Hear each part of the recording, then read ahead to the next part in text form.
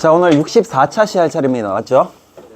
우리 전 시간에 3.1 운동에 대해서 공부를 했어요. 그래서 우리가 고조선 때 뭐 삼국시대, 고려, 조선을 거쳐서 전 민중이 함께하는 그런 대중시위 운동은 이때가 처음이었습니다. 그래서 우리가 지금 알고 있는 국민의식, 이런 민족의식, 단결력, 뭐 이런 것들은 사실 거기서부터 출발했다라고 생각해도 과언이 아닌 거야.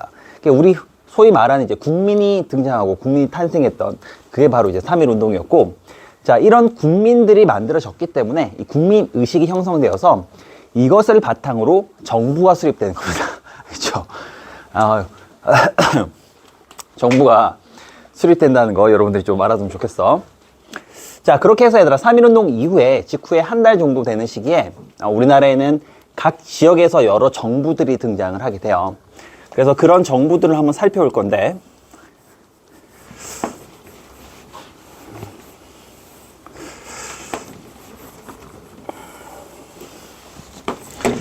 자, 우선 가장 먼저 등장한 곳은 이곳이었습니다. 수도 경성을 중심으로 해서요, 한성정부라는 게 등장을 하게 돼요. 13도 대표들이 모여서 만든 한성정부. 자, 이것이 성립이 됩니다. 그런데 이거는 당연히 여러분 생각하기에 비밀 조직이었겠지, 그지? 비밀 조직이 아니면 뭐 활동이 불가능한 상태였기 때문에 비밀리에 그렇게 사람들을 모집하고 활동하는 막 그런 정부 조직 형태로 만들어졌었고, 자, 그리고 우리 한인들이 많이 거주했던 곳이 있었는데 바로 여기 연해주였어. 자, 이 연해주를 중심으로 해서 얘들아 또 거기는 한인들이 이제 조직한 새로운 어떤 정부가 있었습니다. 그게 뭐였냐면 여기 블라디보스토크를 중심으로 해서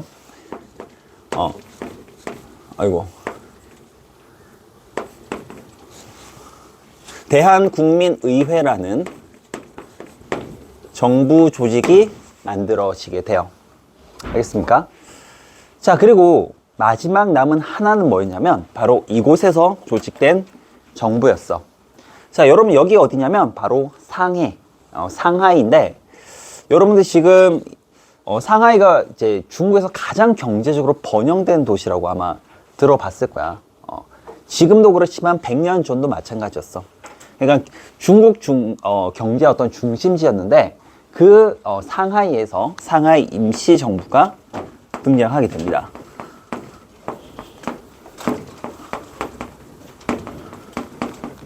사실 여기 말고도 몇 개가 더 있지만 가장 중요한 것은 세 군데였다. 첫 번째 한성정부가 있었고, 그 다음에 블라디보스토크를 중심으로 대한국민의회, 상하이에는 상하이 임시정부. 자, 이런 세 가지 정부가 만들어지게 되는 거야. 근데 우리가 어떤 국민적인 역량, 독립의 어떤 활동, 자, 이런 것들을 하기 위해서는 하나로 합쳐야 되지 않겠어요? 그리고 다른 나라들이 봤을 때도 국민이 하나인데 여러 이렇게 정부로 분열되어 있으면은 우리가 독립운동을 펼치기에 또 외교활동을 펼치기에도 굉장히 불리합니다. 그래서 처음부터 얘들아 이렇게 세 개로 나뉘어져 있을 때, 자, 이것을 어떻게 합칠 것인가, 자, 이런 것들을 가지고 많은 논의가 있었던 것이죠. 자, 그러면 이 중에서 어디로 정하는 것이 가장 좋을까라고 했을 때, 우선 이 한성정부를 한번 생각해 보면 이거는 비밀이잖아. 이게 비밀 조직으로 만들어졌단 말이야. 일제가 지금 여기를 다 지배하고 있는 상황에서 비밀 조직으로 얼마나 활동을 많이 할 수 있을 것이며, 잘못하다 걸리기라도 하면 그냥 하루아침에 이 조직이 와야 돼 버립니다. 그래서 한성정부는 처음부터 배제가 됐어. 한성정부는 사실 활동이 거의 불가능하니까 그렇다는 거죠. 자, 그러면 대한국민의회와 상하이 임시정부, 이 둘 중에 하나를 어떻게 보면 선택해야 되는 그런 상황이었단 말이지.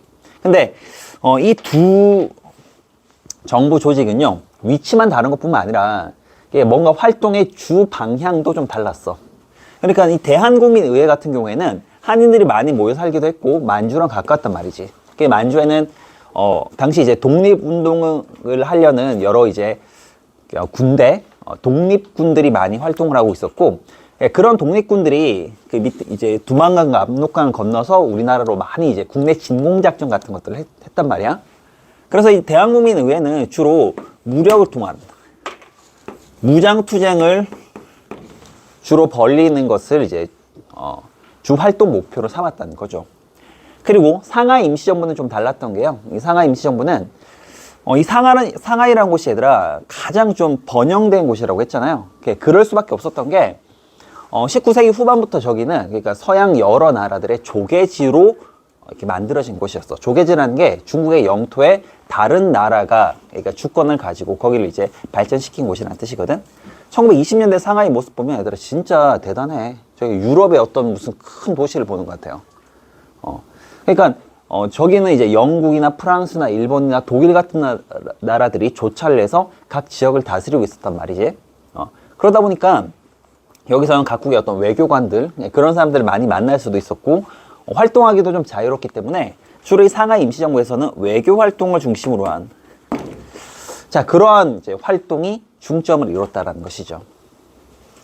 자, 그러니까 대한국민의회와 상하이 임시정부 이 둘 중에 하나를 선택한다는 것은 단순히 위치가 아니라 무장투쟁을 중심으로 할 것인지 아니면 외교를 먼저 중점으로 할 것인지 이것을 둔 하나의 어떤 뭐랄까요 이제 이 어느 쪽을 선택할 것인지를 두고 이렇게 서로 이렇게 줄다리기를 하는 셈이에요.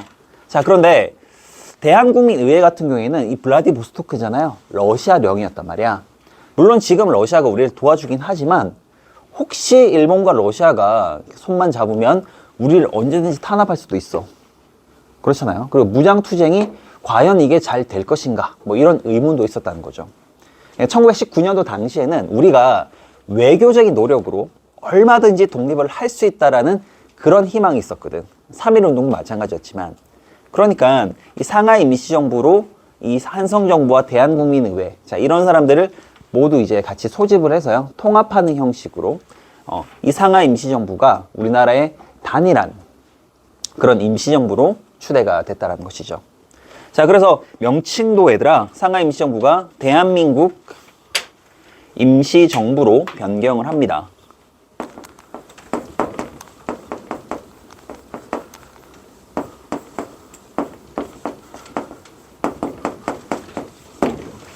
자, 지금 보이는 저 상하이 있죠. 저기가 굉장히 좀 그 당시 중국에서 가장 경제적으로 번영돼 있었던 것이고 특히나 조개지였기 때문에 각국의 여러 지역들이 이렇게 서양 여러 나라들이 다스리는 영역들이 다 나뉘어져 있었어.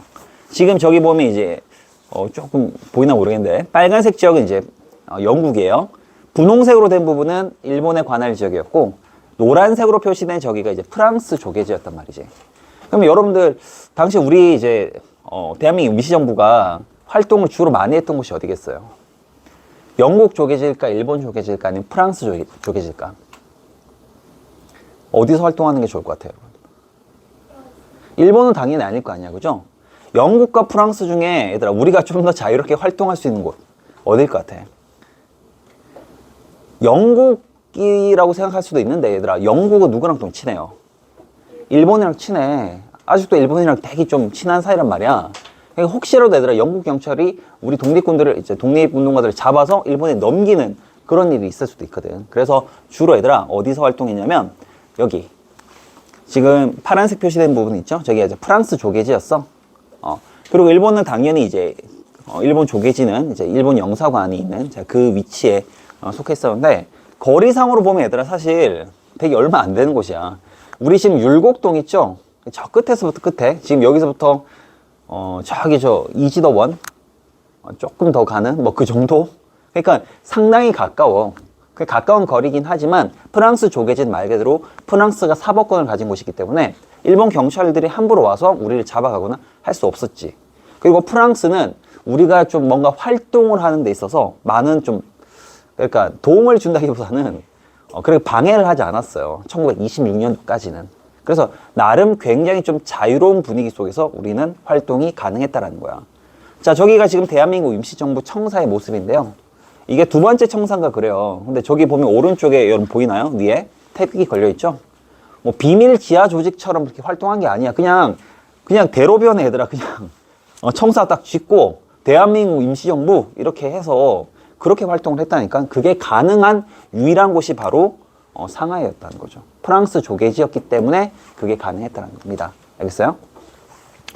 자, 대한민국 임시정부를 만들고 나서 우리는 지금 우리나라는 이 임시정부의 법통을 이은 나라라고 이야기를 하는 거야. 그러니까 우리나라의 근간이 되는 체계도 사실상 이때부터 만들어졌다고 해도 과언이 아닙니다.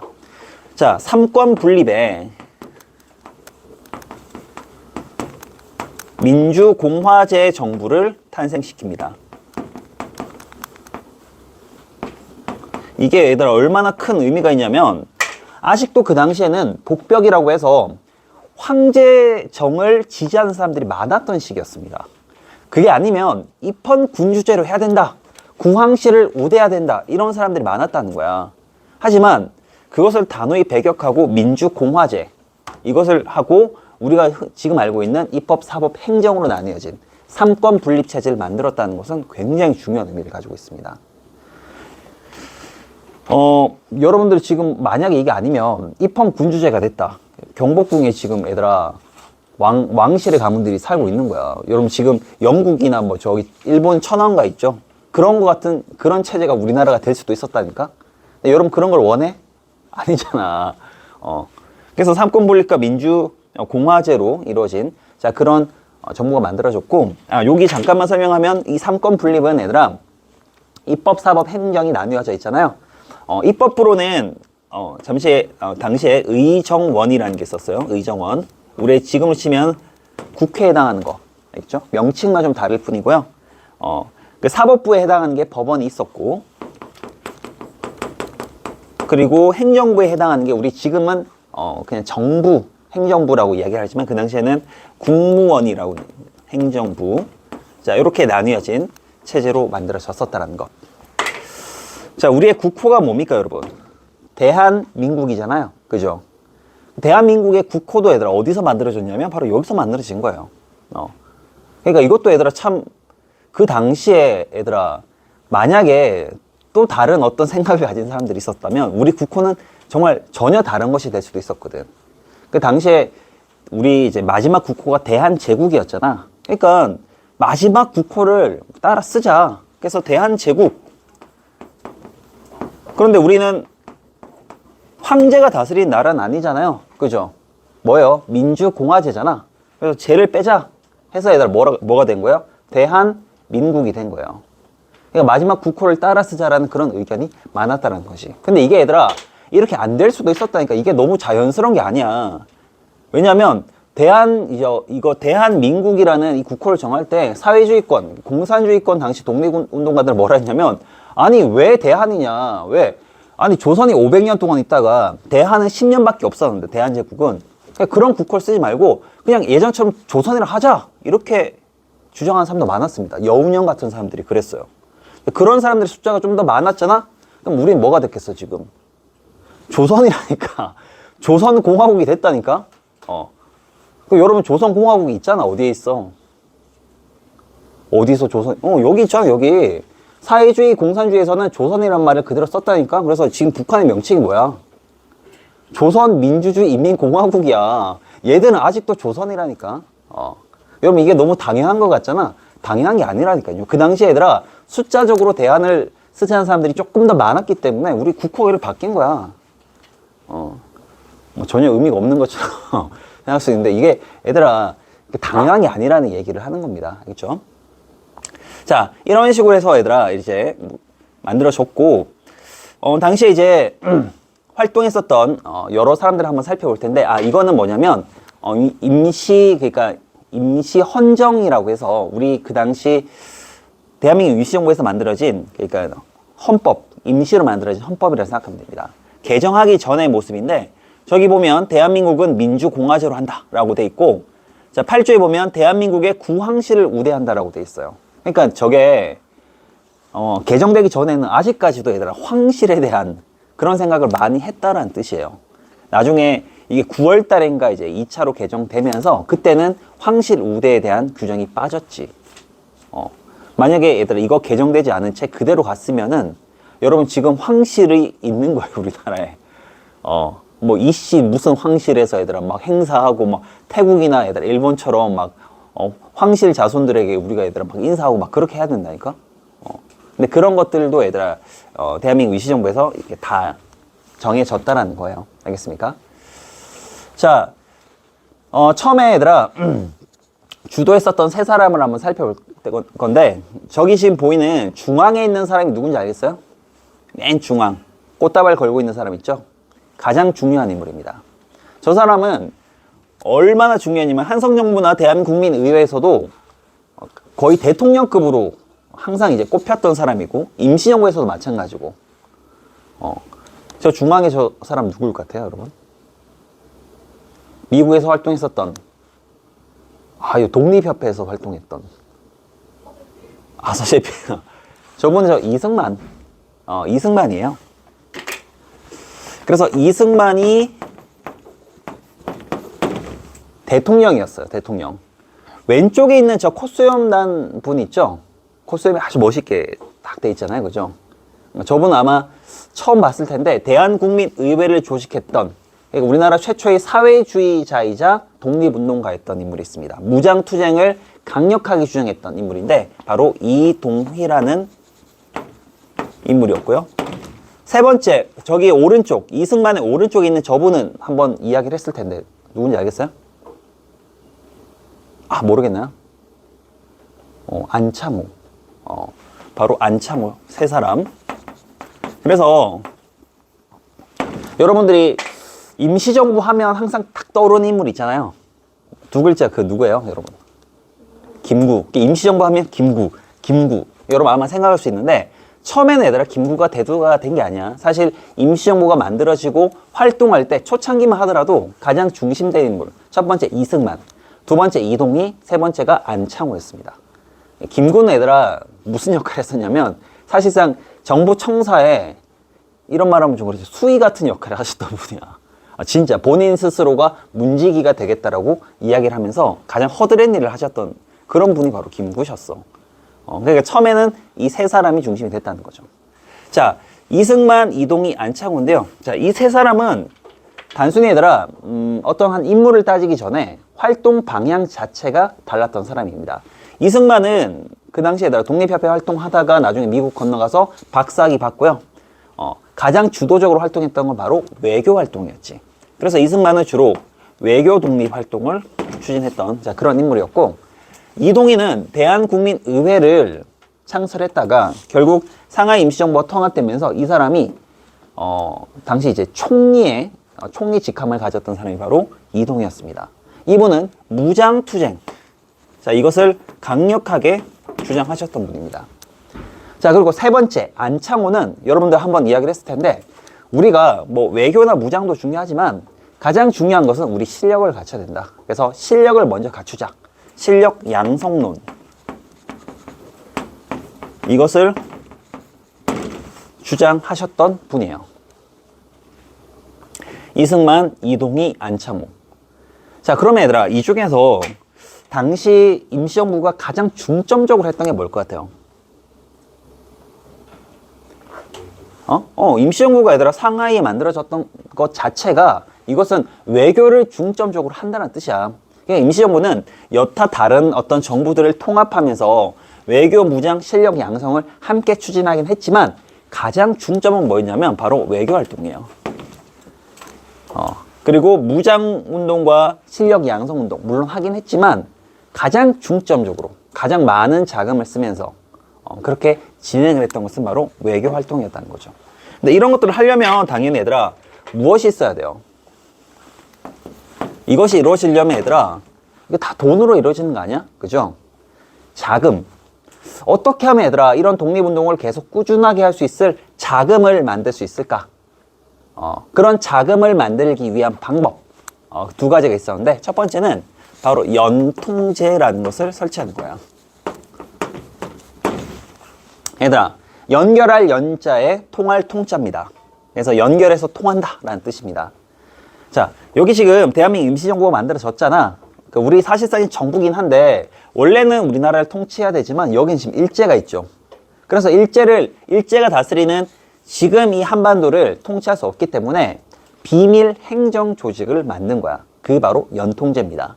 그래서 여기에 뭐 교사라든가 뭐 깨어있는 상인이나 뭐 지식인들 이런 사람들에게 이제 연통제 어떤 회원들을 이제 모집한 다음에 명령을 하다라고 정보를 수집하고, 그리고 가장 중요한 거 자금을 모아서 임시정부에 갖다 주는 그런 역할, 자, 이런 것들을 바로 이제 연통제가 했다라는 것이죠. 자, 그리고 얘들아, 가장 중요한 자금을 모은 역할이 뭐였냐면, 바로 이거예요. 저게 뭐냐면, 바로 독립공채라는 것. 주로 자금은 이 독립공채를 통해서 모으게 됩니다. 그래서 국내에서 얘들아, 독립공채를 사면 이 연통제를 통해서 이 기금을 상하이 임시정부에게 전달하는 그러한 방식으로 해서 기금을 마련했다라는 것이죠. 여러분들, 저 독립공채라는 게 뭐냐면, 우리 지금 여러분 채권, 국채 이런 거 들어봤어요? 그 국채라는 게 뭐냐면 나라에서 발행하는 것, 나라에서 발행하는 채권, 이게 국채입니다. 그래서 얘들아, 국채는 보통 이율이 한 2%, 3%, 많게는 한 4, 5%도 되는데 3년, 5년 만기거든? 그럼 내가 이 국채를 사서 3년 있으면 그 이율을 함께 해서 내가 재테크 어떤 수단으로 내 재산을 불리는 그런 용도로 쓰는 거죠. 그래서 저기 보면 이제 $50라고 돼 있잖아요. $50짜리에서 사는데 저기 이율이 얼마인 줄 알아? 이율. 이제 복리이자인데 5%야. 요새 여러분들 그 이율이 5%의 복리이자면 꽤 괜찮은 거죠. 저거 오래 놔뒀다가 묵혀뒀다가 재산을 좀 불리는데 그렇게 써도 되게 괜찮잖아, 그지? 근데 저게 참 어이가 없는 게 뭐냐면 저거는 3년이나 5년 이런 만기 기한이 없어. 그러니까 어떻게 돼 있는지 알아요? 만기가 지급 어떤 기준이 뭐냐면 우리나라가 독립을 했을 때 그 이후에 3년 또는 5년 안에 지급하겠다라는 그런 내용이 담겨져 있거든. 그럼 저걸 애들아 살 수 있겠냐고. 여러분 같으면 사겠어요? 어떤 애들 아프리카에 어떤 나라에서 독립공채 해가지고 우리나라가 독립을 하면 돈을 주겠다. 이건 말이 안 되잖아. 그렇지 않겠어요? 그러니까 우리나라가 독립을 할지 말지도 모르고요. 독립을 하더라도 임시정부가 존재할지 안 할지도 모르는 상황이야. 그러니까 그런 상황에서 얘들아, 저 $50, 최하 $10인데 그 당시에 하와이나 미국에서 이제 오렌지 농장, 사탕수수 농장 이런 데서 하루 종일 10시간씩 일하잖아요. 얼마 받냐면 $1 못 받았어. 70센트 받았어. 70센트. 그러면 $10짜리 저 독립공채를 하나 사려면 한 달 동안 진짜 죽어라 일을 해야 돼. $50짜리 저걸 하려면 정말 끼니만 때우면서 얘들아 죽어라 한 6개월을 모아야 돼. 여러분 저걸로 독립공채를 사서 돈을 불릴 생각을 할 수 있겠냐고. 못하잖아. 아무는 못해요. 근데 정말 대단한 건 뭐냐면 당시 얘들아 이 미국에 있었던 많은 교민들 그리고 한국에 있었던 많은 또 이제 독립운동가들 그런 사람들이 저 독립공채를 샀다라는 거야. 진짜 서재필 같은 사람들 있죠. 의사로 돈을 벌었는데 그 돈의 상당수를 얘들아 다 독립공채에 쏟아부어. 받을지 안 받을지도 모르는 그 독립공채 휴지 조각이 될 수도 있는 건데 그걸 그렇게 사서 나중에는 진짜 알거지 신세로 살았어요. 그런 분들 진짜 많습니다. 그러니까 옛날에 우리가 독립하기도 전에 저 독립공채를 샀다라는 건 저것 하나만으로도 진짜 대단하신 거죠. 나중에 얘들아 갚아줬을까 안 갚아줬을까? 지급해줬을까 안 해줬을까 이거?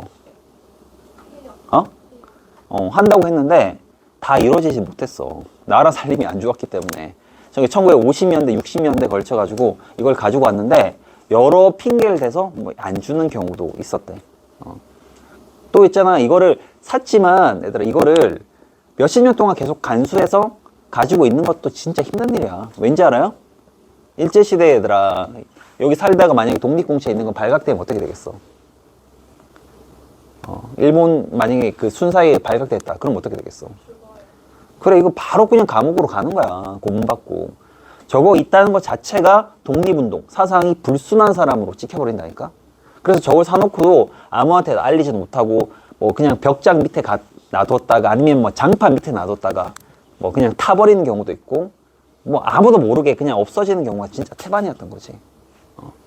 그래서 만약 여러분들이 시골집 같은 데 가서 저걸 이제 구하면은 지금은 애들 아마 돌려줄 겁니다.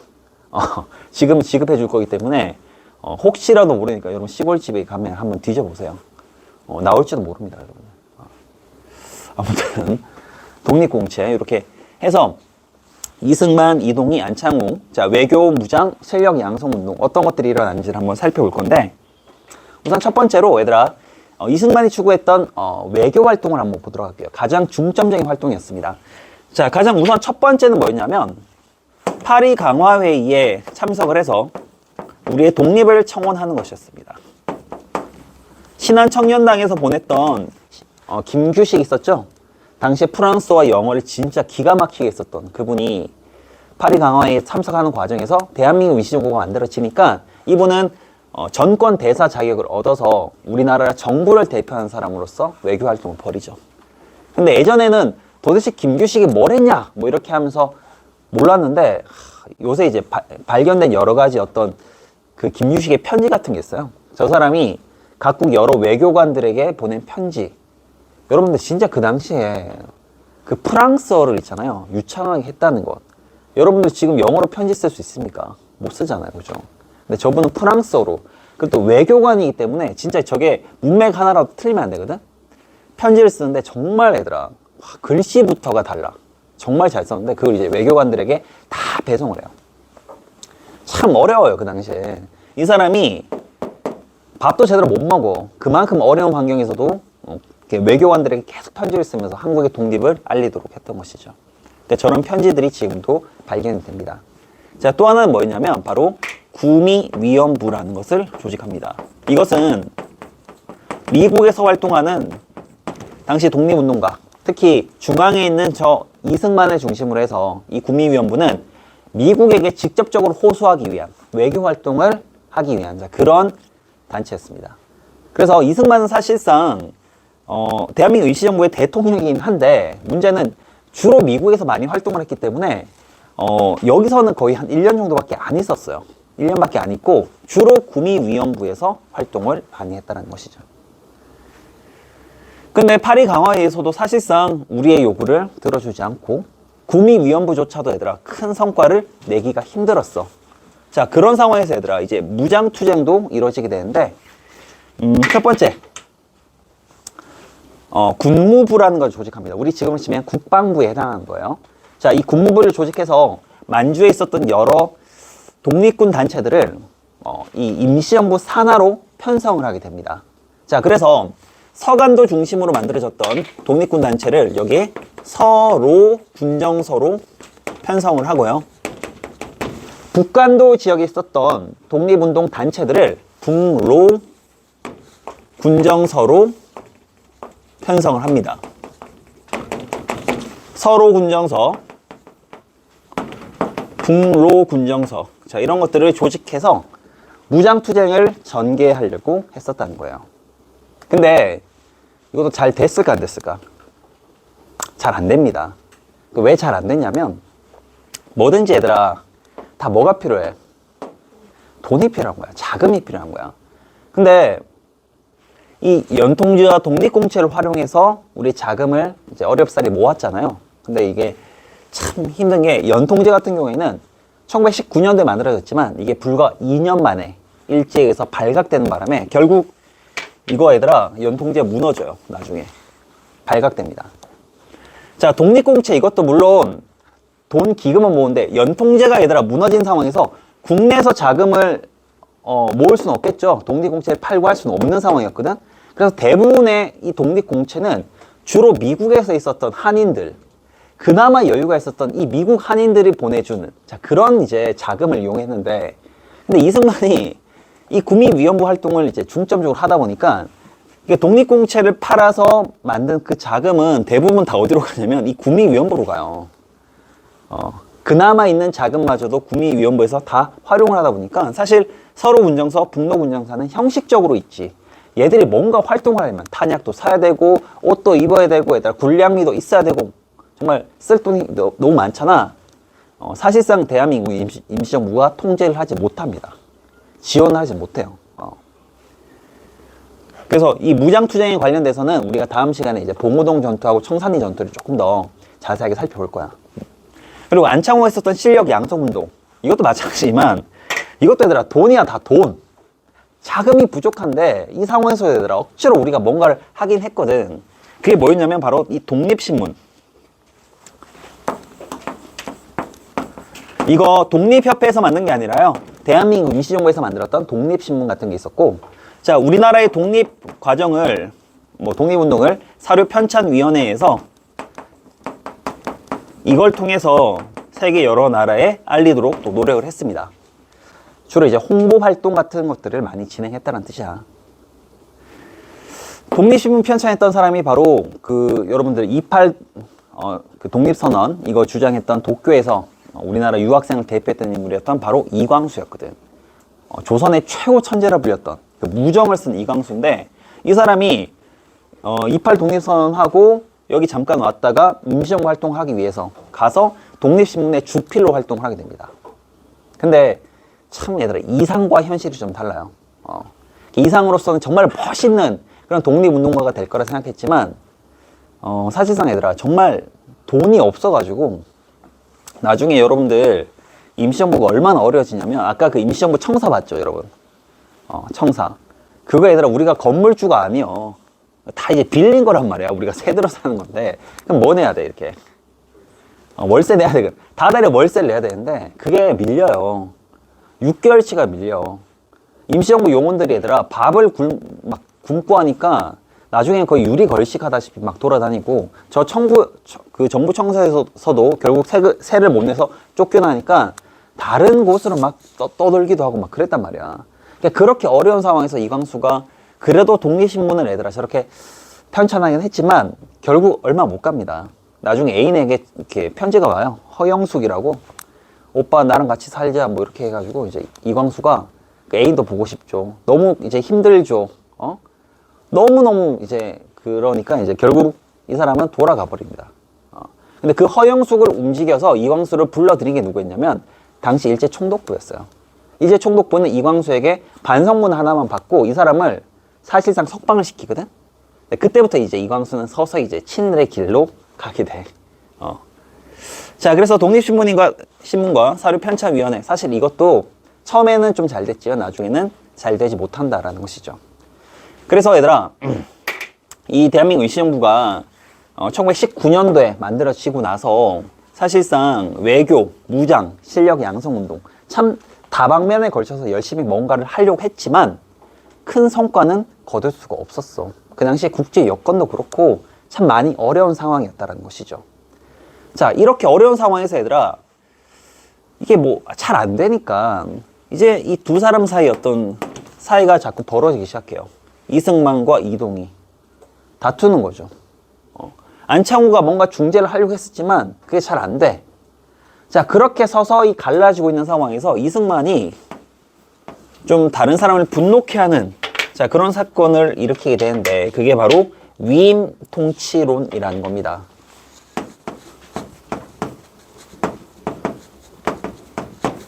국제연맹에 대한 위임 통치를 주장했다라는 것인데요.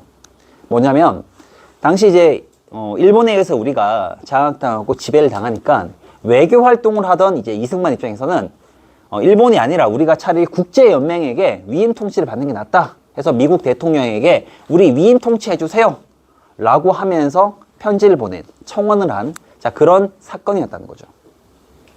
근데 이제 이게 알려지게 되면서 이제 임시정부에 있었던 여러 독립운동가들이 이제 막 벌떼처럼 일어나서 막, 특히 신채호 같은 사람은 이승만을 보고 뭐라 했냐면 저놈은 이완용보다 더 나쁜 놈이다. 왜? 이완용은 있는 나라를 팔았지만 얘는 없는 걸 팔았다. 없는 나라를 판 진짜 이완용보다 더 나쁜 놈이다. 이렇게까지 이야기를 합니다. 위임 통치론이라고 해서 이제 그것 때문에 사실 이승만이 진짜 욕을 많이 먹거든. 근데 여러분들이 이제 이걸 알아야 되는 게 이 사람이 이완용 같은 그런 인물은 아니야. 우리나라 초대 대통령이면서 그만큼 명망이 있는 인사였고 외교 활동을 정말 열심히 하긴 했거든. 저기 보면 한국의 완전한 독립을 보장하는 선에서 국제연맹에게 몇 년 동안 위임 통치하고 그러면서 우리가 결국 독립을 하겠다라는 그런 어떤 그 당시로서는 얘들아 좀 현실적인 대안을 이야기했던 것인데, 무장투쟁이나 아니면 이제 다른 어떤 독립운동가들을 봤을 때는 도저히 용납할 수 없는 그런 내용이었던 셈이죠. 사실 이제 저런 위임 통치론은 안창호도 이미 알고 있던 내용이야. 그러니까 저걸 가지고 이제 이승만이 완전 뭐 나라를 팔아먹었다 이건 아니라는 거예요. 이승만이 여러분들 독립협회에서 활동하다가 나중에 감옥도 가죠. 그리고 뭐 프린스턴 대학교에서 박사학위 따죠. 나중에 이분이 이제 재팬 인사이드 아웃이라는 이제 그런 책을 쓰는데요. 일본 내막기라는 책이야. 저게 왜 소개를 하냐면 이승만이 뭐 외교 활동이나 아무것도 안 했다라고 생각하는데 저 책 쓴 것만 해도 대단해요. 저 내용이 뭐냐면 일본은 결국 군국주의, 제국주의 길로 가면서 미국과 전쟁을 할 것이다. 이런 내용이 담겨져 있어. 근데 그게 왜 대단하냐?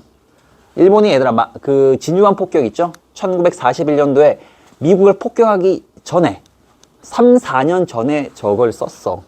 그 누구도 얘들아 일본이 미국을 폭격하리라고 예상을 못했던 그 시기에 일본을 정말 예언했던 그런 책이었기 때문에 엄청난 이제 반향을 일으킵니다. 최고의 베스트셀러가 돼요. 그렇기 때문에 이승만은 얘들아 나름 현실적인 이야기를 했지만 아무튼 비판을 받습니다. 그러면서 결국 이승만 어떻게 되냐? 이 사람 쫓겨나요. 임시정부에서 탄핵돼 가지고 이 사람은 뭐 미국 가서 국민위원부에서 그냥 활동을 하고요. 자, 그러면서 야, 안 되겠다.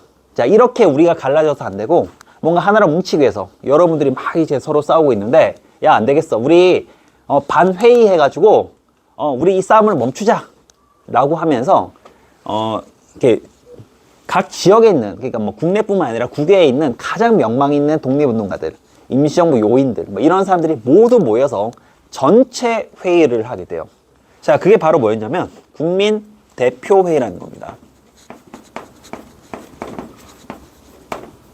임시정부가 어려움에 처하고 이 분열의 길을 겪게 되니까 이것을 뭔가 타개하기 위해서, 그러니까 모든 독립운동가들이 모두 모여서 그들의 이야기를 허심탄회하게 이야기를 하면서 이 분열을 막고 통합을 하자라는 취지에서 이 국민대표회의가 열리게 됐다는 것이죠.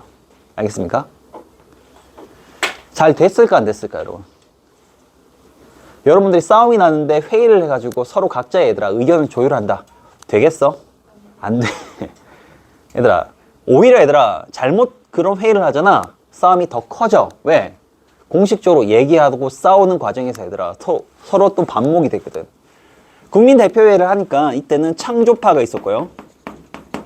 신철을 중심으로 했던 이 창조파들은 임시정부 해체를 하자는 거야. 없애자. 왜? 이것 때문에 독립운동이 더 안 된다. 형식적으로 임시정부라고 만들어 놓으니까 아니 이것 때문에 돈만 더 들고 뭐 직함만 늘고 그러면서 얘들아 돈을 엄한데 자꾸 쓰니까 우리는 독립운동을 더 못하고 있다. 없애자. 이런 주장을 합니다. 자, 뿐만 아니라 개조파도 있었습니다. 안창호를 중심으로 했던 이 개조파들은 없앨 순 없고 그 이름은 놔두되 위치나 모든 면에서 혁신을 해서 새롭게 바꾸자. 이렇게 주장을 합니다. 자, 거기다가 김구를 중심으로 했었던 현상유지파도 있습니다.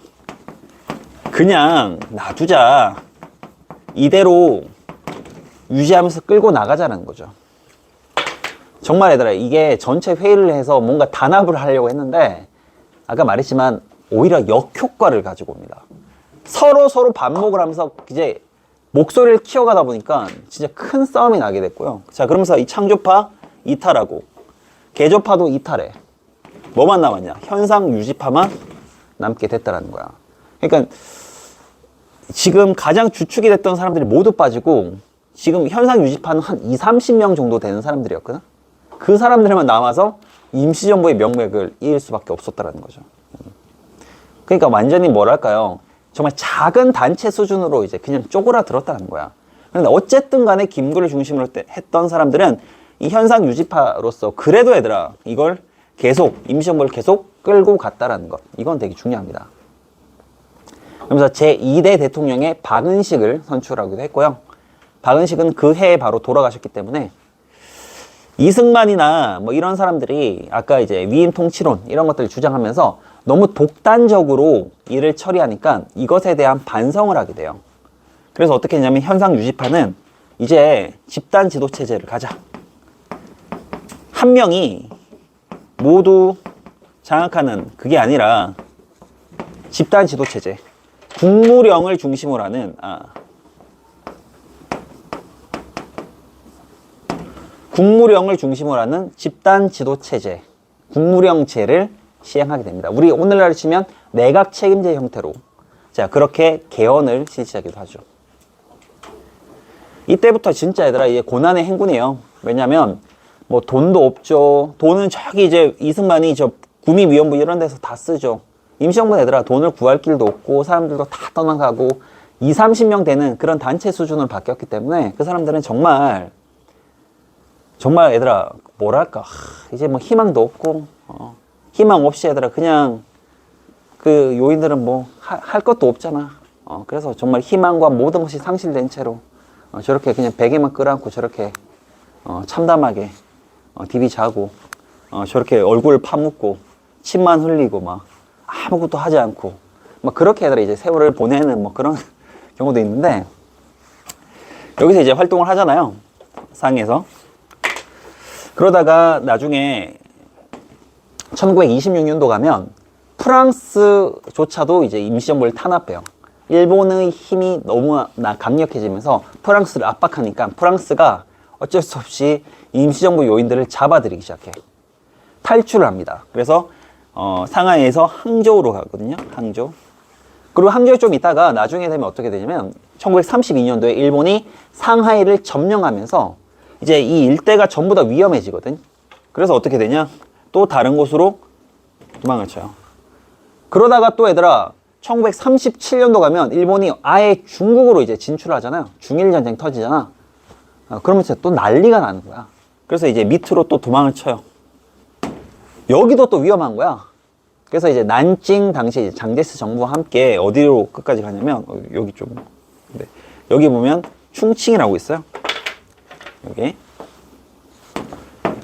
가장 내륙 골짜기 충칭에 임시정부를 수립하고요.